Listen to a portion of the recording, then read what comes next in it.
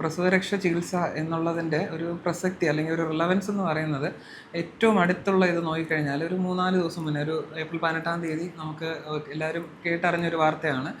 ദിവ്യ Johnny എന്ന് പറയുന്ന ആ ഒരു ലേഡി പോസ്റ്റ്മോർട്ടം ഡിപ്രഷൻ്റെ ഒരു മെയിൻ ഇതായിട്ട് ഒരു മെയിൻ പ്രശ്നം വന്നതുകൊണ്ട് മാത്രം സ്വന്തം കുഞ്ഞിനെയും നഷ്ടപ്പെട്ടു, അവരുടെ സ്വന്തം ജീവനും ഈ 18-ാം തീയതിയിൽ നഷ്ടപ്പെടുകയാണുണ്ട്. അതിൻ്റെ കാരണം ഈ പറഞ്ഞ പോസ്റ്റ്മോർട്ടം ഡിപ്രഷൻ എന്നൊരു ഇഷ്യൂ ആണ്. അപ്പോൾ ഇതിൻ്റെ റിലവൻസ് എന്ന് പറയുന്നത് അവിടെയാണുള്ളത്.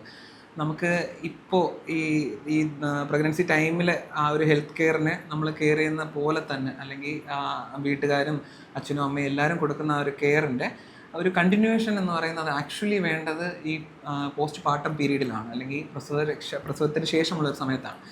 കാരണം ഈ പറഞ്ഞ മെൻ്റലി ഫിസിക്കലി വരുന്ന ചേഞ്ചസ് അക്സെപ്റ്റ് ആകാനായിട്ട് ഒരു പക്ഷേ ഒരു 20 വയസ്സുള്ളൊരു കുട്ടിയായിരിക്കാം, ഒരു 24 വയസ്സുള്ളൊരു ആളായിരിക്കാം. അതുവരെ ഇല്ലാതിരുന്ന ഒരു ലൈഫിലെ ചേഞ്ചാണ്, പുതിയൊരു ജീവൻ നമ്മൾ കൊടുത്തു കഴിഞ്ഞതിന് ശേഷം വരുന്ന ഒരു ചേഞ്ചാണ് അവർക്ക് വരുന്നത്. ആ അക്സെപ്റ്റൻസിന് എടുക്കുന്ന ടൈം മേ ബി ഈ ഒരു പോസ്റ്റ് പാർട്ടം പീരീഡ് ആയിരിക്കും എന്നുള്ളതാണ്.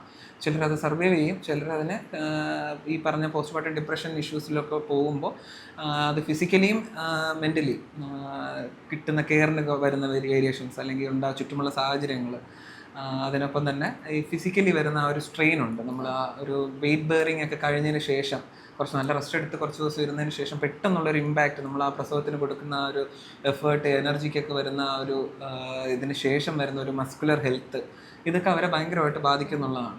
അപ്പോൾ അത് ചെയ്യാതിരിക്കുന്നത് കൊണ്ട്, അല്ലെങ്കിൽ ഈ പോസ്റ്റ് പാർട്ടം കെയർ എന്ന് പറയുന്ന ഒരു പ്രിമിറ്റീവ് ആയിട്ടുള്ള മെത്തേഡ് ആണെങ്കിൽ കൂടിയും അത് ചെയ്യാതിരിക്കുന്നത് കൊണ്ട് നമുക്ക് വരുന്നൊരു ഇതെന്ന് പറയുന്നത് നമുക്ക് കിട്ടേണ്ട ഒരു കെയർ എവിടെയോ ഇല്ലാതെ പോവുക എന്നുള്ളതാണ്. ചെയ്തില്ലെങ്കിൽ എന്താണെന്ന് ചോദിക്കുന്നവർക്കും അത് തന്നെയാണ് മെയിനായിട്ടുള്ളൊരു ഇതെന്ന് പറയുന്നത്. കാരണം ചെയ്തില്ലെങ്കിൽ ഒന്നും അറിയുന്നില്ല, നമ്മൾ ചെയ്ത് കഴിഞ്ഞാൽ ഈ പറയുന്ന പല പ്രശ്നങ്ങളിൽ നിന്നും നമുക്കതിൽ നിന്ന് വെളിയിൽ വരാൻ പറ്റും. അത് തന്നെയാണ് ഇതിൻ്റെ റിലവൻസും. ഇപ്പോൾ പല ബുദ്ധിമുട്ട് കാരണം ചെയ്യാതെ പോകുന്നവർക്ക് ഈ പറയുന്ന പോലെ ഹെൽത്ത് ഇഷ്യൂസ് വരാറുണ്ടോ എന്ന് ചോദിച്ചാൽ ചിലർക്ക് വരാം, ചിലർക്ക് വരാതിരിക്കും. പക്ഷേ ഇത് ചെയ്തവർക്ക് വരുന്നില്ല എന്നുള്ളത് ഉറപ്പാണെന്നുള്ള കാര്യമാണ്. അതിൽ മെയിൻ ഇതെന്ന് പറയുന്നത് ഈ പോസ്റ്റ് പാർട്ടം ഡിപ്രഷൻ എന്ന് പറയുന്ന ഒരു കണ്ടീഷനിൽ നിന്ന് അല്ലെങ്കിൽ വളരെ സിവിയറായിട്ട് പോകേണ്ട ഒരു മാനസിക നിലയിൽ നിന്നും അല്ലെങ്കിൽ ശാരീരിക പ്രശ്നങ്ങളിൽ നിന്നൊക്കെ നമുക്ക് കരകയറ്റാൻ ഈ ഒരു പ്രസവരക്ഷയ്ക്ക് പറ്റുമെന്നുള്ളതാണ്. ഫിസിക്കലി അതിൻ്റെ ഒരു റിസൾട്ട് എന്ന് പറയുന്നത് വളരെ ഹെൽപ്ഫുള്ളായിരിക്കും. പ്രത്യേകിച്ച് സ്ത്രീകൾക്ക് ഒരു റിക്കവറി കിട്ടാനായിട്ട് വളരെ ഹെൽപ്പ് ചെയ്യുന്നൊരു ഫിസിക്കൽ തെറാപ്പിയാണ് ഈ പോസ്റ്റ് പാർട്ടം കെയർ.